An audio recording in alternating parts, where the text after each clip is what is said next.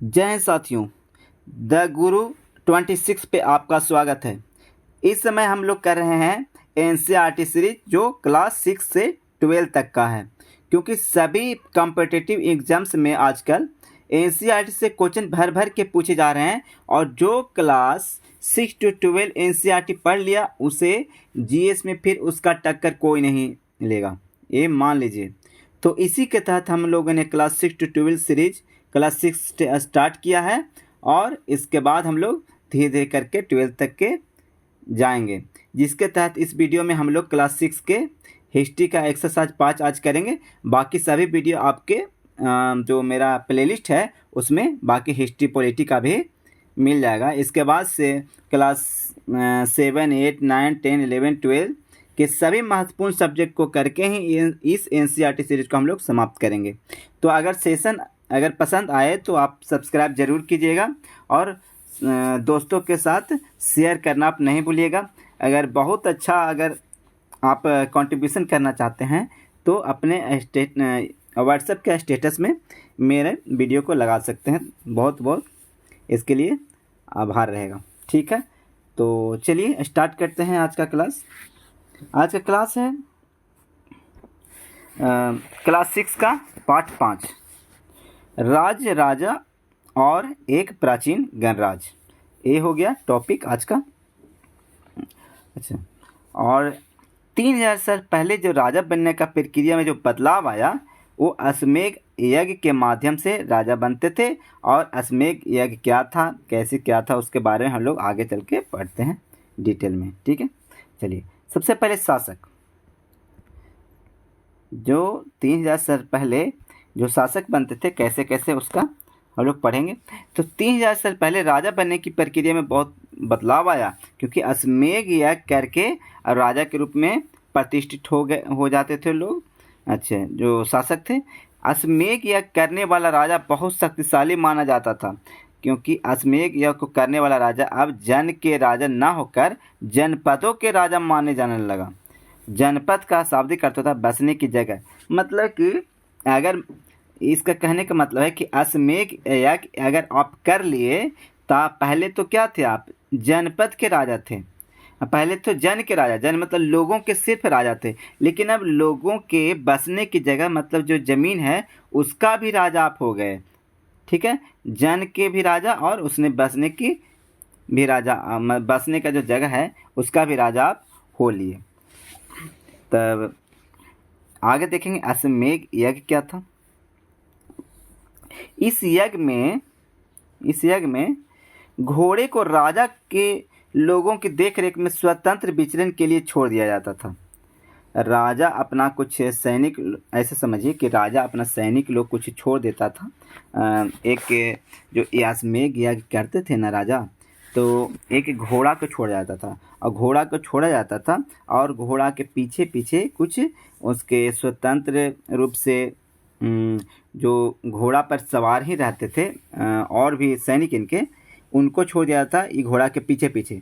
और घोड़ा जहाँ जहाँ जाता था, अश्वमेध यज्ञ का घोड़ा जो जहाँ जहाँ जाता था वहाँ अगर कोई राजा अगर इसको रोक लिया, या राजा ही नहीं कोई भी लोग रोक लिया, तो उसको ये राजा के साथ जो अश्वमेध यज्ञ किए हैं, जो राजा छोड़े हैं घोड़ा, उनके साथ ये युद्ध करना पड़ता था। अगर युद्ध, और क्या होता था कि लेकिन अगर नहीं रोक दिए तो युद्ध करना पड़ेगा आपको, लेकिन नहीं रोके और वहाँ से घोड़ा गुजर गया तो समझा जाता था कि इस जगह मतलब कि ये राजा आत्मसमर्पण कर दिए हैं। अपना राजा जो ये अश्वमेध यज्ञ किए हैं उनको अपना राजा मान लिए हैं इस जगह के लोग। ठीक है, और जो अगर नहीं मानते थे कि हम नहीं मानेंगे उनको राजा, तो अपना आप युद्ध कीजिए, आपके क्षेत्र में गया घोड़ा, तो ऐसे होता था। देखिए बुक से क्या है, तो बुक में क्या दिया हुआ है, कुछ ऐसा ही है। स्वतंत्र विचरण के लिए छोड़ दिया जाता था और इस घोड़े को किसी दूसरे राजा ने रोका तो उसे वहाँ अश्वमेध यज्ञ करने वाले राजा से युद्ध करना होगा। अगर उसे जाने दिया गया तो अश्वमेध यज्ञ वाला राजा अधिक शक्तिशाली है, यह मान लिया जाता था। ठीक है, अच्छा, यज्ञ पुरोहित द्वारा संपन्न होता था तथा विभिन्न राजा को आमंत्रित भी किया जाता था। अश्वमेध यज्ञ होता था वो पुरोहित करवाते थे। हर राजा जो होते थे उनके एक पुरोहित होते थे और वही पुरोहित संपन्न करवाते थे अश्वमेध यज्ञ। और अश्वमेध यज्ञ करते समय आसपास के जितना भी राजा था उन सबको आमंत्रित किए जाते थे। ठीक है, आगे देखेंगे उत्तर वैदिक ग्रंथ। देखिए, तो ऋग्वेद के अलावा जितना भी ग्रंथ है वो सब उत्तर वैदिक ग्रंथ के अंतर्गत आते हैं। ऋग्वेद देखिए यहाँ पे दिया हुआ है कि जो ग्रंथ ऋग्वेद के बाद रचे गए सभी उत्तर वैदिक ग्रंथ कहलाएंगे। सामवेद, यजुर्वेद, अथर्ववेद और उपनिषद सभी उत्तर वैदिक ग्रंथ कहलाएंगे। ठीक है, अगर एग्जाम में आ जाए उत्तर वैदिक ग्रंथ तो इनमें से कौन नहीं है तो ऋग्वेद को उसमें छाटिएगा आप। बोलेगा कि यजुर्वेद, सामवेद, अथर्ववेद, ऋग्वेद इसमें से कौन सा उत्तर वैदिक ग्रंथ नहीं है तो ऋग्वेद उत्तर वैदिक ग्रंथ नहीं है। ठीक है, ये वैदिक ग्रंथ है ऋग्वेद। आगे देखिए वर्ण क्या होता था। पुरोहितों ने लोगों को 4 वर्गों में विभाजित कर दिया था, ब्राह्मण, क्षत्रिय, वैश्य और शूद्र। ये क्या होता था कि ब्राह्मण थे, ब्राह्मण का काम वेदों का अध्ययन और अध्यापन और यज्ञ करना होता था। यही ब्राह्मण के काम था, वेदों का अध्ययन, अध्यापन और यज्ञ करवाना, ये ब्राह्मण के कार्य। क्षत्रिय के कार्य युद्ध करना और लोगों की रक्षा करना, ये क्षत्रिय करते थे। वैश्य क्या करते थे तो कृषक, पशुपालक और व्यापारी ये होते थे वैश्य। और ये तीनों को सेवा करने वाले होते थे, उन्हें शूद्र कहा जाता था। तीनों वर्णों को सेवा करने वाले शूद्र कहलाते थे। ये था पहले का वर्ण विभाजन। तो इसमें इस समय जाति प्रथा नहीं थी, वर्ण विभाजन था। ठीक है, आगे बढ़ते हैं।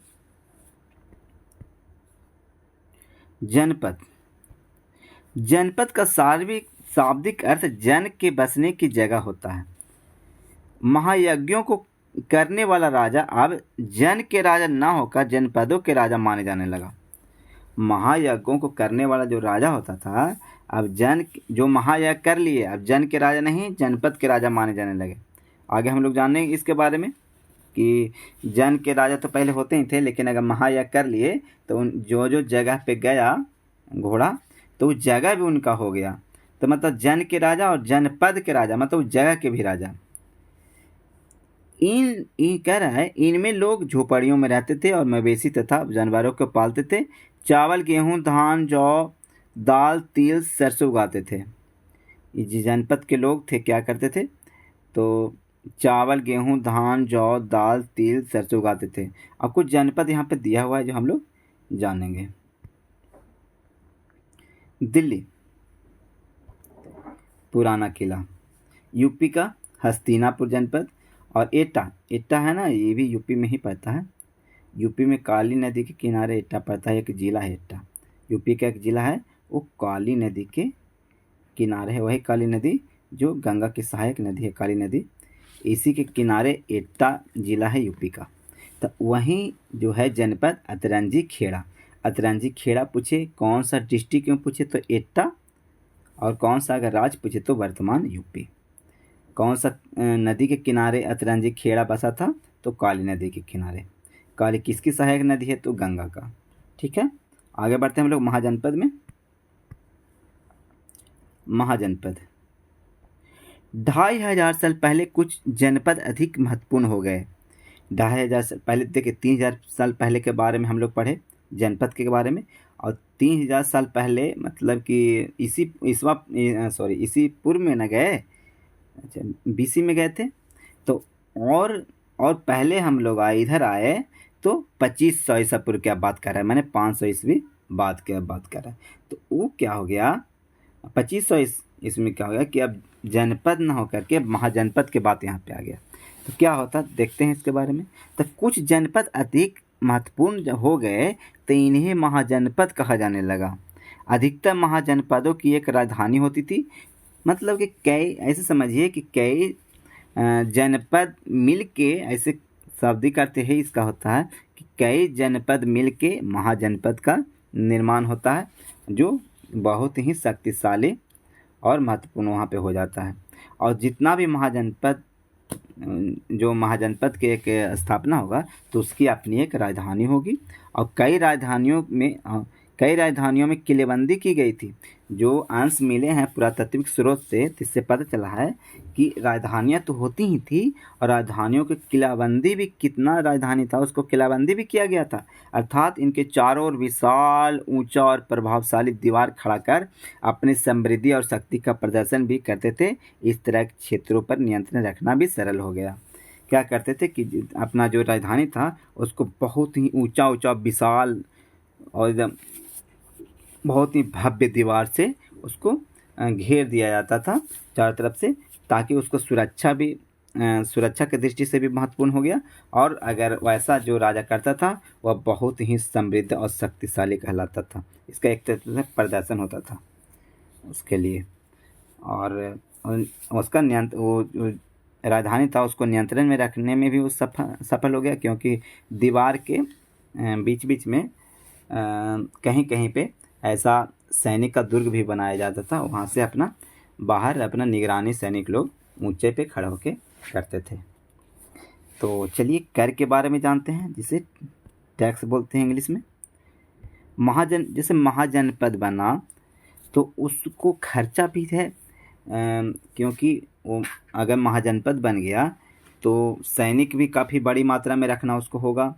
और राजधानी है तो राजधानी में लोगों को वेतन भी देना होता है। तो ये सब कार्यों के लिए कर लगाया गया था। देखते हैं कर के बारे में। तब महाजनपदों के राजा विशाल किले बनवाते थे, बहुत विशाल विशाल अगर किला बनवाते थे और बड़ी सेना रखते थे, इसलिए नियमित रूप से कर वसूलना उनके लिए मजबूरी थी। तो इसके लिए वह नियमित रूप से कर वसूलते थे।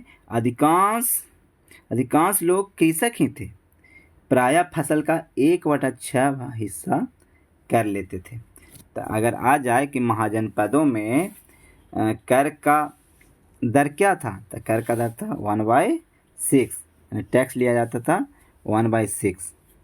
कारीगरों के ऊपर भी कर लगाए गए। श्रमिकों को राजा के लिए महीने में 1 दिन काम करना पड़ता था, ये उनके लिए टैक्स हो गया। श्रमिक हैं मतलब मजदूर है, उनको टैक्स अलग से नहीं लगता था, बस आप आइए और महल में 1 दिन काम कर दीजिए, यही आपके लिए टैक्स हो गया। पशुपालक, जानवरों या उनके उत्पाद के रूप में कर देना पड़ता था पशुपालक को। व्यापारियों को सामान खरीदने बेचने पर उन्हें टैक्स दिया जाता था, जो अभी जो होता है वैसे ही। आखेटक क्या करते थे, जंगल से प्राप्त वस्तुएं लाते थे, उनमें ही कुछ टैक्स देते थे यहाँ पे राजा को। कृषि में परिवर्तन क्या हो गया कि इस युग में कृषि के क्षेत्र में 2 बड़े परिवर्तन आए। क्या थे कि अब जो हल के फाल था वो लोहा के बनने लगा, और लोहा के बनने लगा जिससे अब कठोर जमीन को आसानी से जोता जा सकता था। क्योंकि लोहा का आविष्कार हो गया तो जमीन को आसानी से जोते जाने लगा, जिसके कारण क्या हो गया कि फसल की उपज बढ़ गई। लोगों के धान के पौधे रोपना शुरू कर दिया, और धान के पौधे रोपना शुरू कर दिए, जिससे पहले क्या था कि धान बुन के छोड़ दिए, उससे उपज भी बहुत कम होगा। और अब क्या था कि धान के उसके बाद फिर जैसे बुन देते थे, और जो अभी होता है ना अभी के समय में कि मोरी को रोपा जाता है, धान के बुन दिए उससे कबाड़ के फिर रोपे, तो वही करने लगे लोग, धान के पौधे रोपने लगे, जिससे अब पहले की तुलना में बहुत अधिक पौधे जीवित रह जाते थे, इसलिए पैदावार भी ज़्यादा होती थी। अच्छा, पैदावार भी ज़्यादा होती थी। और अब क्या है, ये 2 बदलाव के बारे में तो हम लोग समझ लिए, कृषि में परिवर्तन 2 बदलाव के बारे में। कब के बात है ये सब, 25,000 ईसा पूर्व के बात हम लोग कर रहे हैं यहाँ पे। आगे पढ़ेंगे, मगध के बारे में जानिए। लगभग 200 सालों भीतर, कह रहे 200 सालों के भीतर मगध सबसे महत्वपूर्ण जनपद बन गया। 200 साल में मगध सबसे महत्वपूर्ण जनपद बन गया। गंगा और सोन जैसे नदियों के में से, मतलब गंगा और सोन जो महत्वपूर्ण नदी थी वो मगध से होकर ही बहती थी, और मगध का एक हिस्सा जंगलों से भरा हुआ था। इन जंगलों में रहने वाले हाथियों को पकड़कर उन्हें प्रशिक्षित कर सेना में काम में लगा दिया जाता था। इससे मगध महाजनपद काफ़ी मजबूत, यहाँ का सेना काफ़ी मजबूत हो गई थी। बिंबिसार मगध का शक्तिशाली शासक था। अजातशत्रु राजगृह में स्तूप का निर्माण करवाया। राजगृह में स्तूप का निर्माण अजातशत्रु। बिंबिसार मगध का शक्तिशाली शासक तो था ही, और स्तूप का निर्माण कौन करवाया? अजातशत्रु राजगीर में। महापद्म नंद के बारे में जानिए। एक और महत्वपूर्ण शासक थे महापद्म नंद। उन्होंने अपने नियंत्रण का क्षेत्र इस उपमहाद्वीप के उत्तर पश्चिम भाग तक फैला लिया। वो जो उत्तर पश्चिम भाग जो अफगानिस्तान वाला भाग है उसके बारे में कह रहा। बिहार में राजगीर जो आधुनिक राजगीर है वहाँ कई सालों तक मगध की राजधानी बनी रही, और बाद में पाटलिपुत्र जो आज का पटना है वही राजधानी फिर बनाया गया पाटलिपुत्र को। देखिए दोस्तों, अगर ये पीडीएफ कर लिए, एनसीईआरटी का बहुत ही अच्छा पीडीएफ है यहाँ पे जो जिससे हम कर रहे हैं। अगर इसे कर लिए तो किताब भी पढ़ने का आपको ज़रूरत नहीं है। आप अगर किताब लीजिए और उसको एक बार रीडिंग भी दे दीजिए, तो ये अगर हम मेरा वाला वीडियो देख लिए तो आपको काफ़ी इजी लगेगा कि पूरा के पूरा हम मतलब जो भी पढ़ रहे हैं सब दिमाग में मेरा पहले से है। अब क्या होगा कि रिपीट होके मेरा एकदम सेट हो गया, अब तो कभी आप भूल ही नहीं पाएंगे। तो इसके लिए आप बुक लेके एक बार रिवीजन बुक से भी कर लीजिएगा, आपको बहुत आसानी होगा। कोई भी कीवर्ड भी ऐसा नहीं बचेगा कि आपको समझ में ऐसा नहीं आएगा, क्योंकि वो ऐसा हम जो भी इम्पोर्टेंट है वहाँ पे कीवर्ड हम समझा ही दे रहे हैं। तो आगे देखते हैं बज्जी के बारे में। अगर पसंद आए तो आप सब्सक्राइब ज़रूर करना, क्योंकि इससे हम भी मोटिवेट होते हैं, और दोस्तों को भी ज़रूर भेजिएगा मेरा वीडियो और अपना स्टेटस में लगा लीजिएगा तो बहुत अच्छी बात है। तो बज्जी संघ के बारे में अब पढ़ेंगे हम लोग। तो इसकी राजधानी वैशाली थी। बज्जी की राजधानी वैशाली थी और मगध के काफ़ी समीप था। वैशाली है अभी भी वर्तमान में, वो मगध से काफ़ी यहाँ पे पटना से काफ़ी नज़दीक है वैशाली, तो वही मगध के समीप था। यहाँ शासन व्यवस्था गण संघ थी। इन गण या संघ में कई शासक होते थे, जो कभी कभी लोग एक साथ शासन करते थे, वे सभी राजा होते थे। एक संघ था, गणों का एक संघ था यहाँ पे जो कहलाता था बज्जी संघ। और अगर मतलब ऐसे कहिए कि अगर यूनिटी से ऐसे चलते तो बहुत ही शक्तिशाली यहाँ के मतलब यूनिटी था सभी में, मतलब बहुत सारे गण मिलके एक संघ बना लिए थे। मतलब गणतंत्र कहिए यहाँ पे अगर पूछे कि सबसे पहले गणतंत्र कहाँ पे, तो वैशाली में। और बहुत सारे गण मिलके एक संघ बना लिए थे और सभी मिल के शासन करते थे और सभी राजा कहलाते थे, इसलिए ये जो संघ था बहुत शक्तिशाली हो गया था। 2300 साल पहले मिसिडोनिया का राजा सिकंदर, अब 2500 से 200 साल बाद क्या कह रहा है, मतलब 2300 साल में आई। अब 2300 साल पहले मेसिडोनिया का राजा सिकंदर विश्व विजय करना चाहता था। कहाँ का? मिसिडोनिया का राजा सिकंदर था, विश्व विजय करना चाहता था। वह मिस्र और पश्चिमी एशिया के कुछ हिस्सों को जीतता हुआ भारतीय उपमहाद्वीप में ब्यास नदी के किनारे तक पहुंच गया था।